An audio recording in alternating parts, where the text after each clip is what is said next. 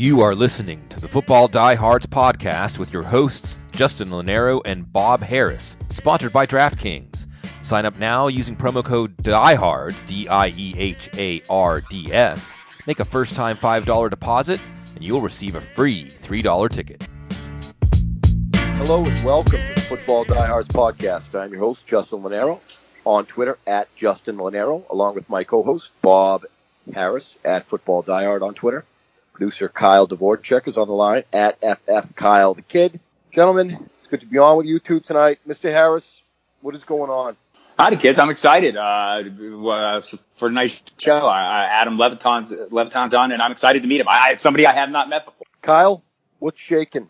Not much. Also excited to meet Levitan for the first time, but unlike... Great guy, one of the nicer men in the industry. He's got a great story. Of course, he started years and years ago at Roto World. Did a lot at Roto Grinders as well, and of course now he's doing stuff at Fantasy Labs, and he's embedded with DraftKings. You've hyped him up. He better be good. But before he jumps on, I've got a few questions for you guys breaking down the small amounts of news we get right now in the offseason. I think the obvious one is Hunter Henry. In the past week, we've seen Hunter Henry confirmed out-season torn ACL. Bob, who benefits the most from this, and is Phillip Rivers hurt the most? Wait, I thought we were starting out with Doug Martin being the best thing ever to happen in Oakland in OTAs. Oh, wait, we heard that last year in Tampa Bay, didn't we? You're right. Let's move on.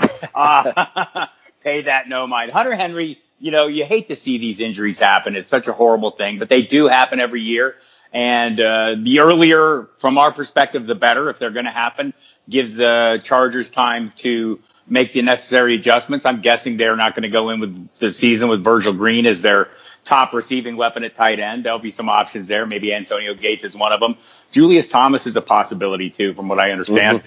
Mm-hmm. But beyond that, think about Mike Williams, a big body that could kind of be the replacement target in the red zone for Phillip Rivers. I don't think this hurts Rivers. I don't think anything hurts Phillip Rivers. He's still going to do his thing. Still have a pretty formidable receiving crew there. You take out the tight end. I realize it's been a pretty big part of that offense over time, but I'm not really concerned for Rivers, and I think it's an opportunity for Mike Williams, depending on who they sign.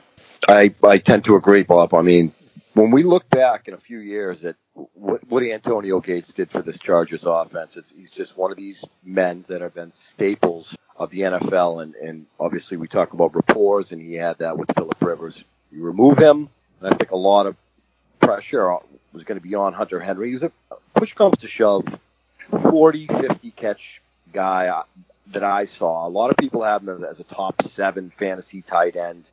I don't know. Again, it's a sea of mediocrity at tight end. It's certainly not a good thing that he's out now. And of course, Virgil Green is on the depth chart. And like you mentioned, Bob, with Julius Thomas, he could certainly be an addition. But Tyrell Williams, they threw some money at this offseason. You have Mike Williams, who's fantastic at Clemson. And of course, Keenan Allen's a 100-catch guy. And Travis Benjamin's on there. Melvin Gordon's going to get the football probably toward 300 times. So Phillip Rivers is going to spread the ball around regardless whether Hunter Henry was going to be there or not. It stinks because I think he was a top 10 to 15 fantasy tight end. Obviously stinks for more issues than that, but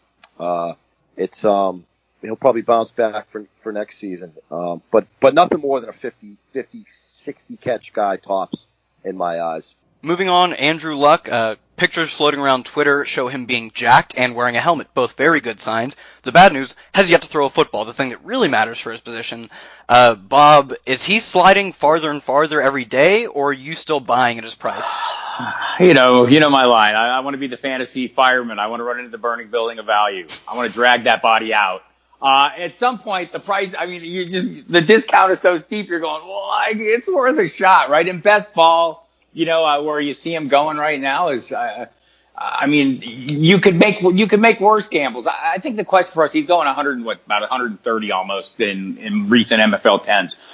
And that's the thing. I mean, you're rolling the dice. We have no idea. We have no idea if he's going to be the same player he was before the injury. It's been a long layoff. There's been reports suggesting they over-tightened that shoulder.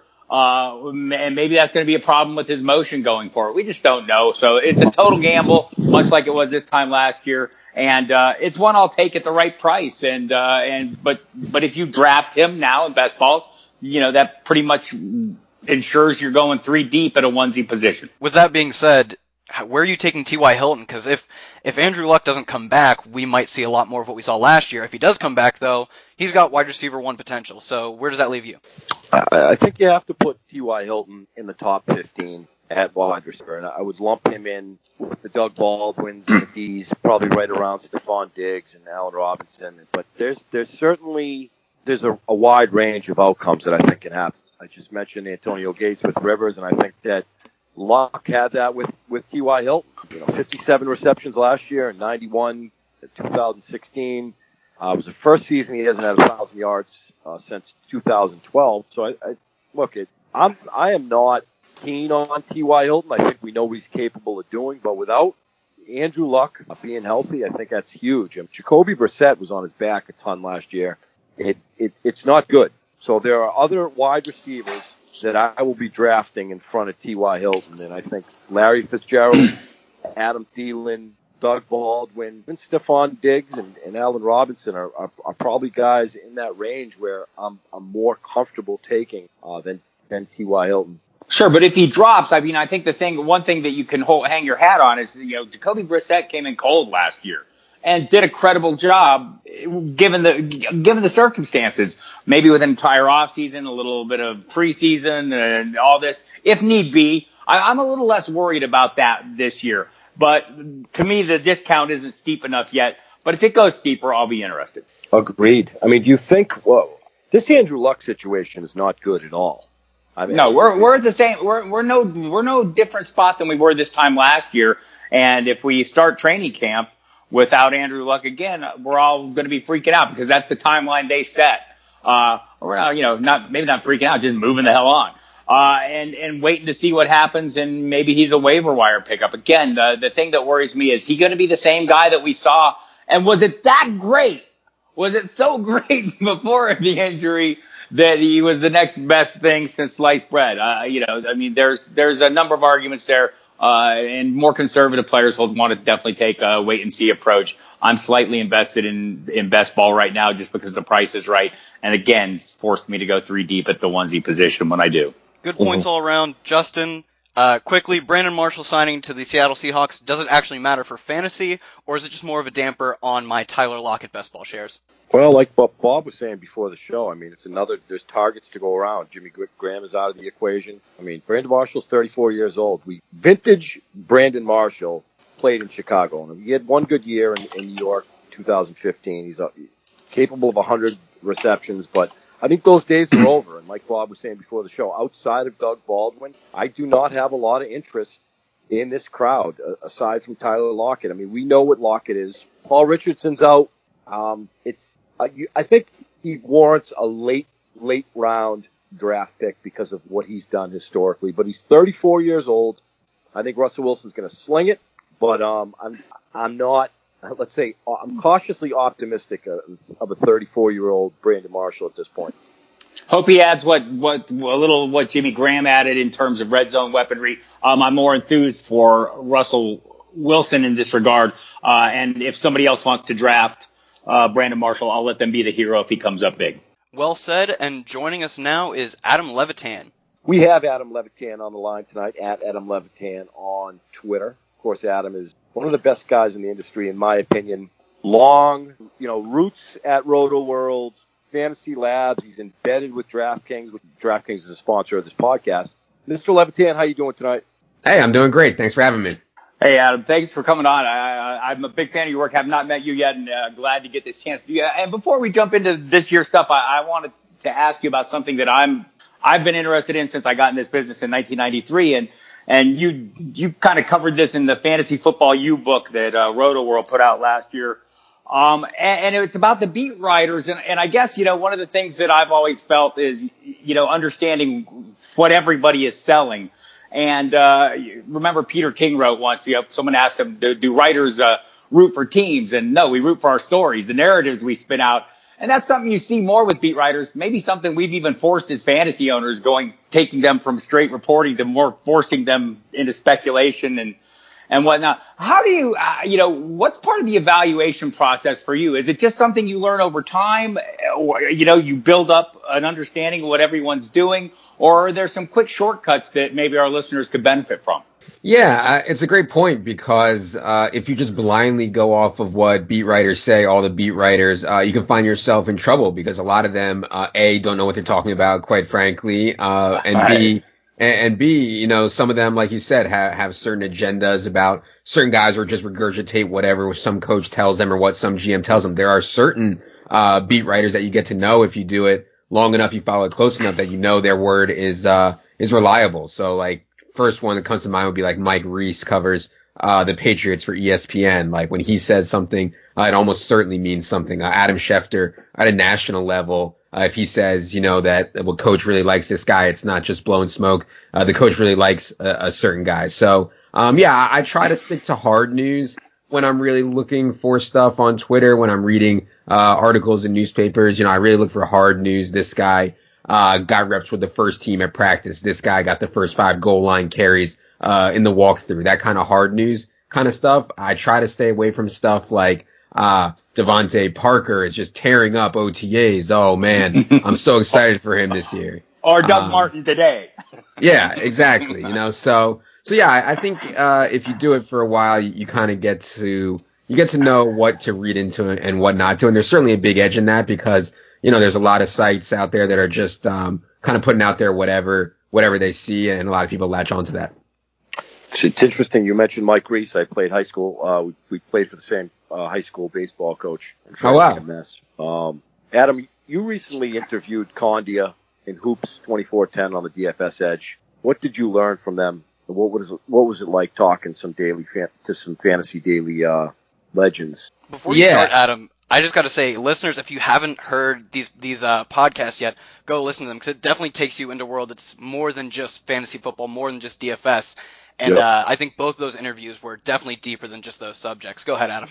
Yeah, I appreciate it. Yeah, big shout out to those guys for doing it and being open. From doing the Condia one, I've kind of made like a choice in my life to make an effort to be balanced, like to try to give time to my wife, to try to give time to my kids, to try to give time to exercising, to try to give time to my friends, to try to give time to poker, to try to give time to have fun, and also to give time to DFS. If you want to play at the level that Condia was playing at, it made it pretty clear in the interview that you can't do that, right? You have to be all completely in. And maybe for me at least, like I'll never find out exactly what my ceiling could be in any of those things that I just mentioned because I'm never completely all in on it. I'm trying to do a million different things. But I kind of made that choice consciously, and I think that's the right choice for me. Maybe one day I'll reconsider and be like, hey, I really want to spend, 100 hours a week doing one very, very specific thing. Maybe that'll happen one day. So yeah, when Kanye said to me, he said like, oh man, I respect you so much that you're, find time to exercise, while you're working. And I was going to be, what I should have said is like, yeah, I'm just like not working as hard as you at one thing, that's just the bottom line.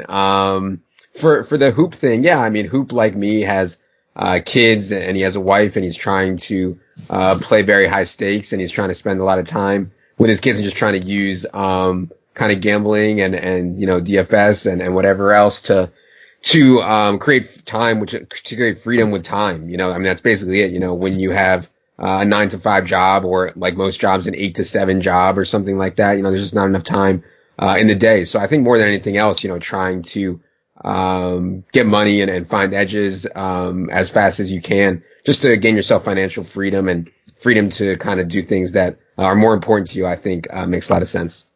Yeah, it's kind of interesting. It's something I've learned over the course of time is some of these things you got to trick yourself into treating some of those additional things as work, so you make them part of the workday and you end up doing them. And it's it's subtraction by addition. You actually come out ahead if you give a little time to these other things. Hey, best ball is raging right now. Redraft leagues, some people are getting going. DFS still a long way out. Are you doing anything this early in the summer to improve the daily fantasy, to get an edge on that? Are you doing any best ball or anything like that right now? Man, I'm not, and I actually make fun of all the people that are like sweating like the 15th round of their best ball drafts in May, man. I can't do it yet. When I was at Roto World, for sure, we covered football 24/7, 365. I think one of the things that I like about this kind of new role that I have at a few different places is that we're not following like every little minutia of free agency, every little minutia of the draft. I think you lose a little bit once the regular season comes around, but I'm not sure you lose a lot because I'll spend almost all of July and August kind of studying, getting ready, and doing projections and getting everything set for the season. So no, I haven't done any best balls, and quite frankly, I don't really plan to until July or August. Adam, you've done some work on pinning down some of the cornerbacks who've had the biggest impact on opposing wide receivers in the past. Is there something you'll be using strictly in daily fantasy, or you can apply this to some of your season-long leagues as well?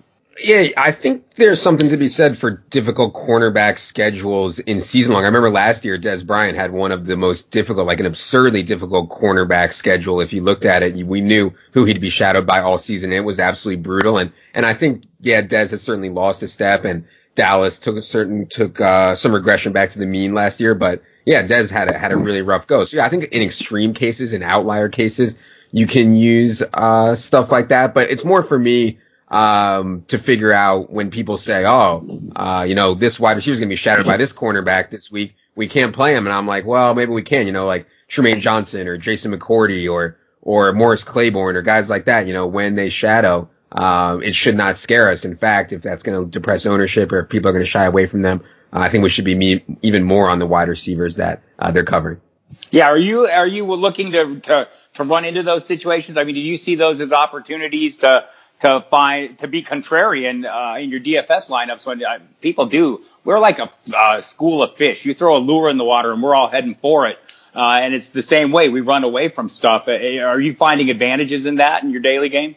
Sure. So maybe like 3 years ago, I would say 2, 3, maybe 5% of the field was even looking at cornerback versus wide receiver matchups. People weren't even thinking about it. They were looking at like total team defensive stats, but they had no idea that like number 2 wide receivers against the Cardinals were going nuts because nobody throws at Patrick Peterson. So I think as the game's evolved and it's certainly way tougher, there's way more quality content out there that it's kind of come to the point where everybody is aware of it. So yeah, if people get it in their head that these certain corners that they think are good aren't really, for sure there's opportunity there.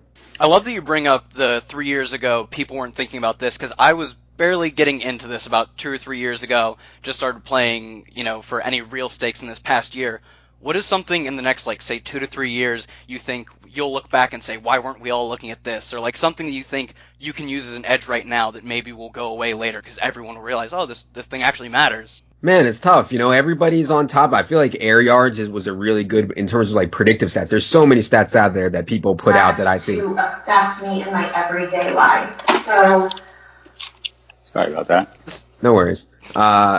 There's so many stats out there that people put out that I think aren't actionable, that aren't practical. So I think kind of wading through those, and if the Ravens have a really high rate when they run off left guard, who really cares? But I think these kind of big stats like air yards makes a lot of sense. So I don't know. I always have my eye out for new stats, but yeah, it's certainly getting harder and harder to find stats that I think are predictive. It's certainly stats that are out there that are descriptive, meaning how good is a player, how good has he been in the past. But in terms of predictive stats, it's getting tough. I always think that with DFS specifically, that we're going to be seeing fewer and fewer cash games, more and more tournaments as this thing kind of goes along. And to that end, I think being able to project ownership and being able to make lineups that are optimal in terms of leveraging ownership are always going to be really strong qualities to have over the next few years. Yeah, I think that's a good point, just that we used to think that a lot of things really mattered. Like you said, something weird, they run really well to the left side or something, but, they describe what happened well, but now we're learning, that doesn't actually give us any advantage going ahead. So I think something we see a lot just on Twitter now, people just post these things have a high correlation to future fantasy, but they don't. So I think, maybe not finding the next statistic, but just finding ones that exist that actually matter is a good advantage we can start leveraging now.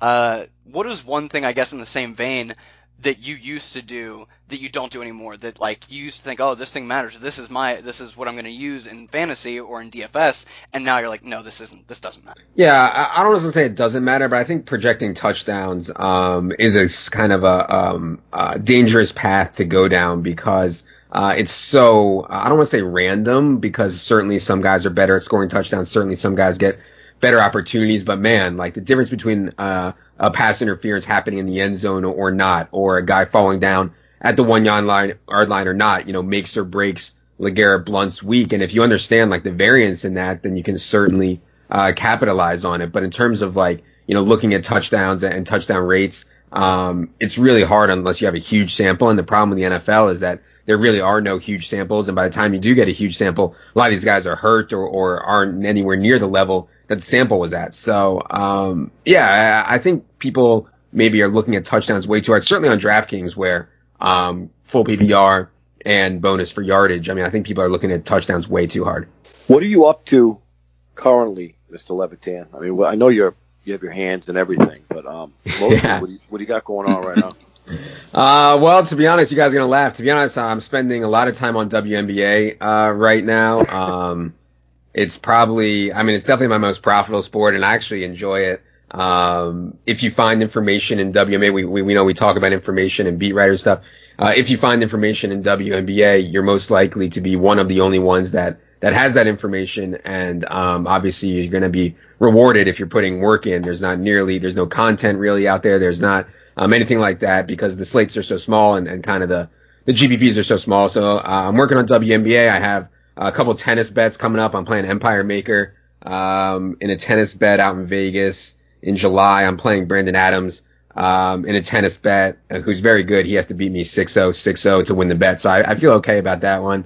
What else am I doing, man? I'm trying to get myself set up correctly for the sports betting boom, which I think will be coming. And I've set myself up somewhat to that degree, but I'm trying to be very prepared and hopefully be able to capitalize on that as well. So yeah, just kind of getting ready, man. It's going to be a game changer. I want to double back. You said WNBA, you were hammering that down now. If anyone laughed, shame on you. You try being in the top 1% of DFS for football, nearly impossible. WNBA, slightly less near impossible. It's those kind of edges if you want to do this, like if you want to make actual return on investment in fantasy, like those kind of small edges you can make by switching your sport is how you do it. So you mentioned the sports betting ruling. Do you have anything in mind that you are planning on doing for that? Yeah, I can't necessarily talk about it now. Hopefully soon we will be able to. But yeah, obviously, Fantasy Labs was acquired by the Action Network. So we are invested in that, and I think the Action Network is kind of the really good thing in the sports betting area. Just covering stories, covering every game, but covering it from a gambling point of view. And there's so many people out there. Nobody's watching Jaguars Titans on Thursday night if they're not playing fantasy, if they're not betting on the game. So if you cover things from that angle, you're going to get people to come read it. Nobody wants to read a game story from the Associated Press anymore. Everybody already saw the game, or everybody already read it on Twitter. But I think something unique and something that will be needed in this kind of sports betting era will be looking at things from that point of view. So yeah, excited about that for sure. And yeah, we'll see what DraftKings rolls out with sports betting, but I would presume that they'll be on top of it as well. We saw the meteoric rise of the daily game and everything. How big is the gambling going to get? I think it's going to be big because it's harder to lose a lot, right? And to me, it's very hard to win a lot playing DFS for sure. It's impossible, in my opinion, for 99.999% of people to win a lot betting on sports. However, if you suck at betting on sports, you're still going to win like 47, 48, 49% of your bets because the line is so efficient. And that's going to appeal to a lot of people. You can show up at 655. You don't have to worry about injuries. You don't have to worry about constructing a lineup. You don't have to worry about the salary cap. You can just pick a side, knowing that the line is efficient. You most likely have about a 50-50 chance to win the bet. So that's going to appeal to a lot of people. and they're not going to lose at the same rate that they do if they put no work into DFS. I mean, one of the reasons I love DFS so much is because if you don't put the work in, you're just going to get your ass kicked. In sports betting, that's not really the case, and like I said, I think that'll appeal to a lot of people. So yes, I think it'll be big. I think everybody's going to be overwhelmed with the advertising. Maybe not from DK, I really have no idea, but from companies like William Hill and Patty and all these like big gambling houses, MGM, that have been doing this a long time. Like they're going to be all in on advertising. It's going to be, I think, like 2015 with DFS all over again. Wow. Hey, this was a lot of fun, and we appreciate you coming on, Adam. We'll have to have you back on during the regular season, or July or August. Sounds good. Again, at Adam Levitan on Twitter. Adam, are you still? Occasionally I see you doing stuff on DraftKings. I mean, you're still embedded, doing content for DraftKings. I feel like it's been 10 years. Yeah, no, this will be my fourth football season doing stuff for DraftKings. I'll have like 4 articles a week on Playbook when the season starts, and certainly have the podcast and any DK TV stuff like that. So yeah, you'll be able to find me there for sure. Good stuff. Thanks a lot, Adam. We'll talk soon. All right, thanks for having me. Thanks, Adam. All right, good guys. All right, be well. Kyle, breakout offenses we're going to talk about tonight. Yeah, I have curated some of the most hyped breakout offenses, but they can't all break out. You guys have to tell me, are they real or are they fake? Starting with the Kansas City Chiefs. Not that they didn't break out last year, but it will be a new Kansas City Chiefs. Bob, can they maybe not break out, but replicate the breakout they had last year under Patrick Mahomes? That's the question. And, of course, Matt Nagy's gone, and that's, I don't know how much of that's an issue because this is the Andy Reid offense. Eric Bieniemy takes over as offensive coordinator. I don't think that'll change. But I think one thing that will change, that the personnel seems like it's dictating a change, or at least foreshadowing a change in terms of the trading away Alex Smith for Mahomes, as you mentioned. Look, we all got the glimpse, one start, 27-24 win over the Broncos, week 17. He completed 22 of 35 passes, 284 yards, had an interception. But, I mean, he's got a big arm, and we're all excited because of the athletic players around him. Tyreek Hill with that deep speed, Travis Kelce playing that tight end, the U tight end they call it there, which is essentially a wide receiver, but his run after the catch ability. And then they bring in Sammy Watkins. And, yes, he's had some issues in recent years, but, his time in Buffalo was highlighted by a 9-game stretch when he was fully healthy, and he was one of the most dangerous receivers in the NFL over that span. So we're all really excited. So we're setting ourselves up for a huge disappointment is what I'm saying. I do think, look, I like Mahomes. I'm investing in him in best ball. I think there's upside. I think there'll be some big games. Kareem Hunt, of course, I think will continue to be busy, but you just wonder if the personnel isn't dictating a slight shift to a pass-heavier approach. And if it is, I'm interested to see how it plays out. We're all still drafting Kelce. I'm a little worried about Tyreek Hill. I'm not going to lie. But I was a little skeptical last year, and he smote me down with an impressive season. You just question whether he's a true number one wide receiver after making the kind of the transition from gadget player to wide receiver one. It went well. Will it continue to go well? I don't know. We'll see. I'm not drafting him where he's going right now, so I might not see. When you look at these kind of situations where there's an expensive guy and a cheap guy, I'm going for the cheaper guy, Watkins. The breakout is a lot of times as fantasy owners, we have the breakout about a year ahead of the actual breakout. That might be the case here. I mean, look, we had Mike Clay on a couple of weeks ago, and I'm hesitant on Patrick Mahomes. I mean, they're going to throw this kid into the flames, but in fantasy circles, which the show is, a lot of industry folks have Patrick Mahomes as a top 12 or 13 quarterback, and I think that we just don't know enough. But Alex Smith was very successful.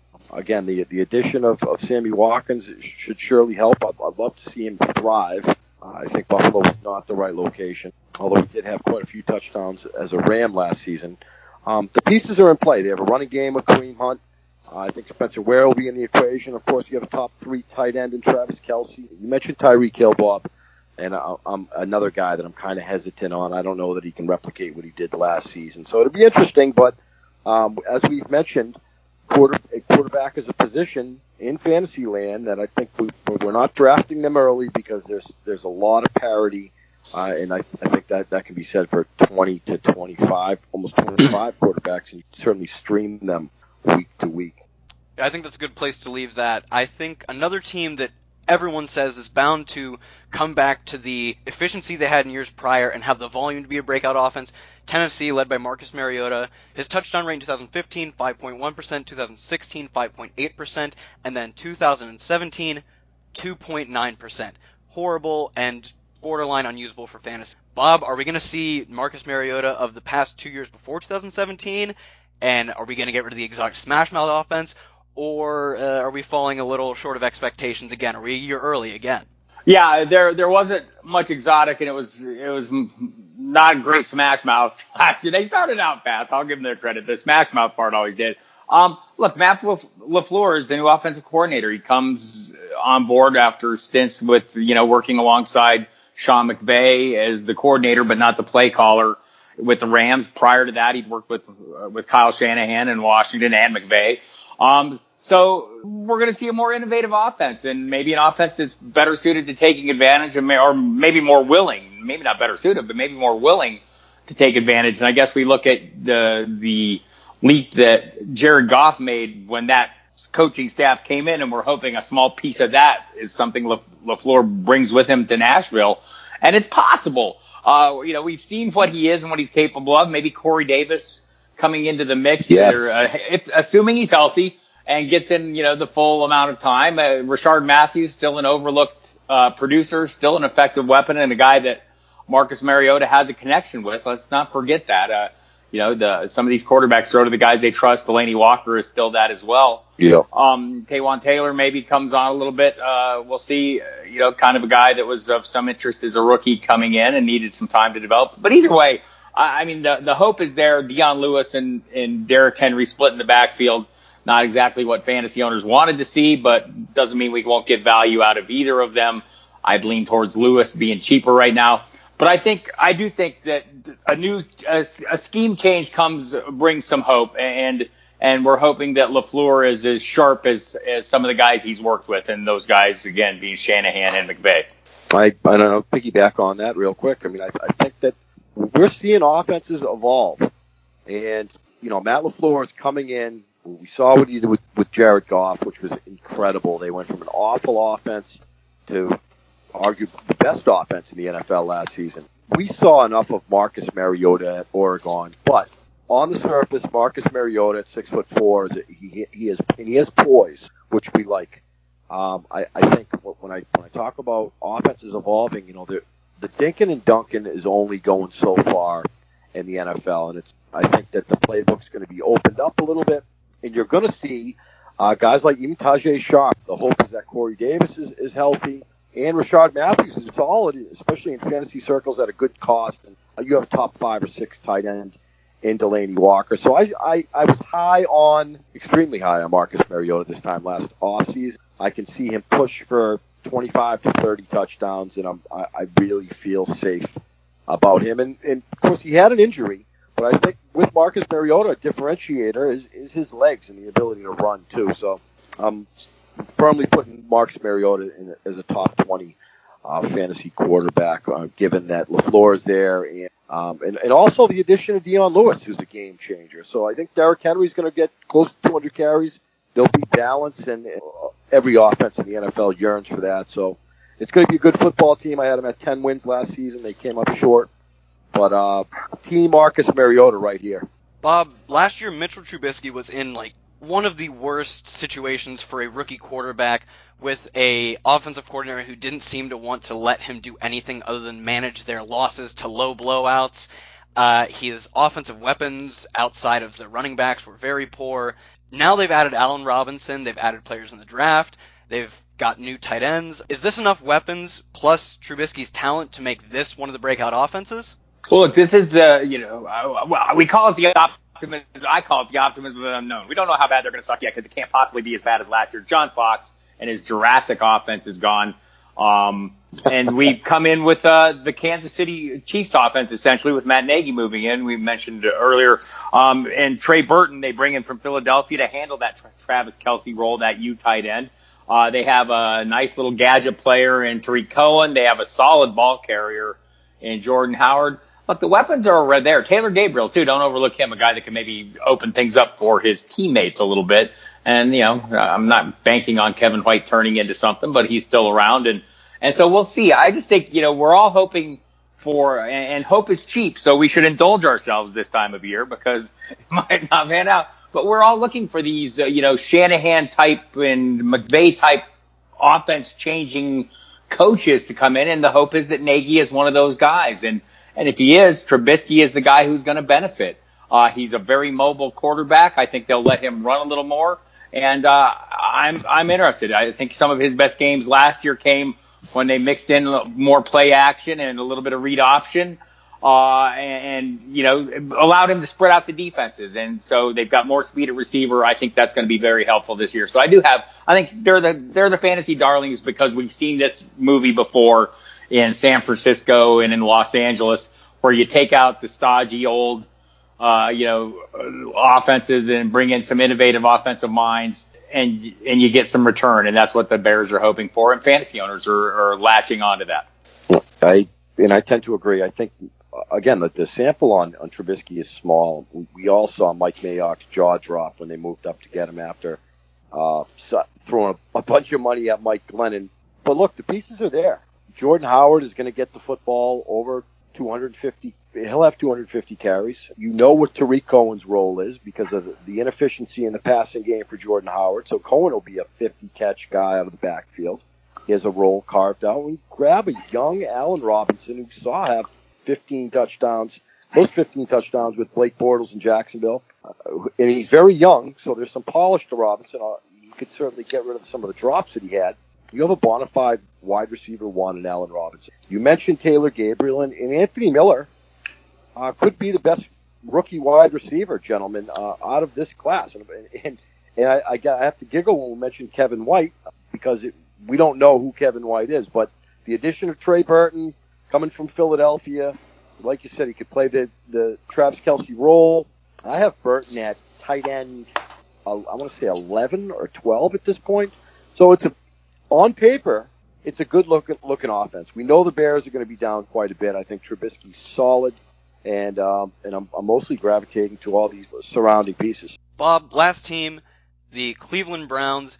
Can they finally get the quarterback situation right? I don't think they have in my entire lifetime, but is this the year, surrounded with a plethora of weapons from Josh Gordon, Corey Coleman, Jarvis Landry, to the running backs, a young tight end?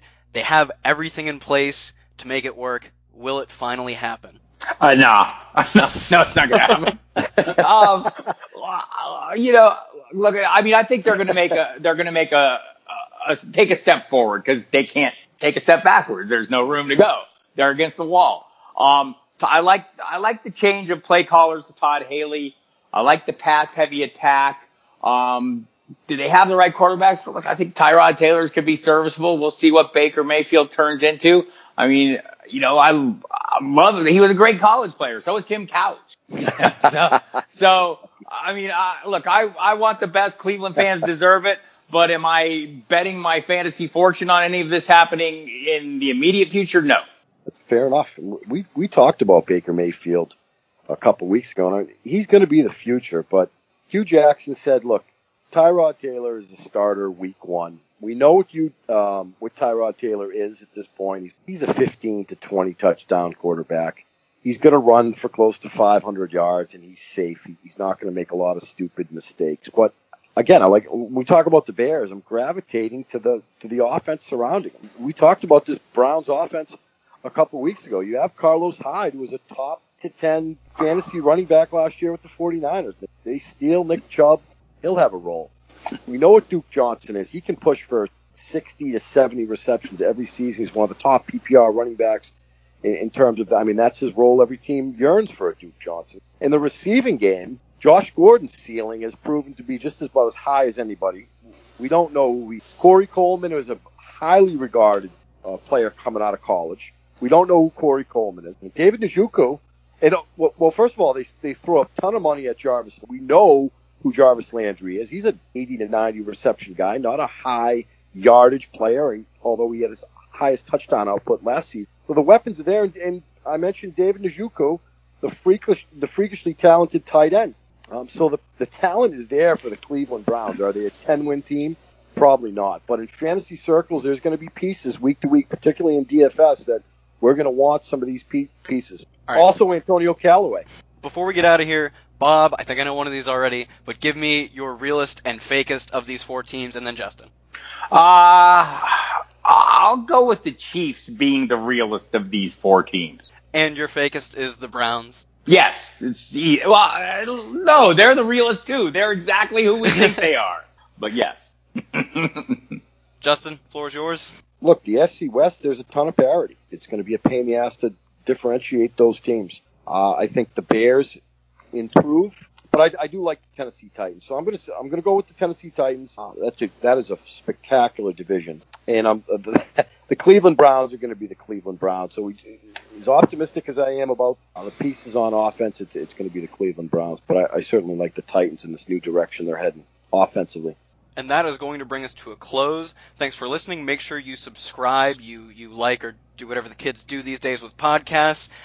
Make sure if you sign up for DraftKings, use our promo code Diehards, and follow us all on Twitter. Find Bob at FootballDiehard, find me at FFKyleTheKid, and Justin at Justin Lonero. Thanks for listening.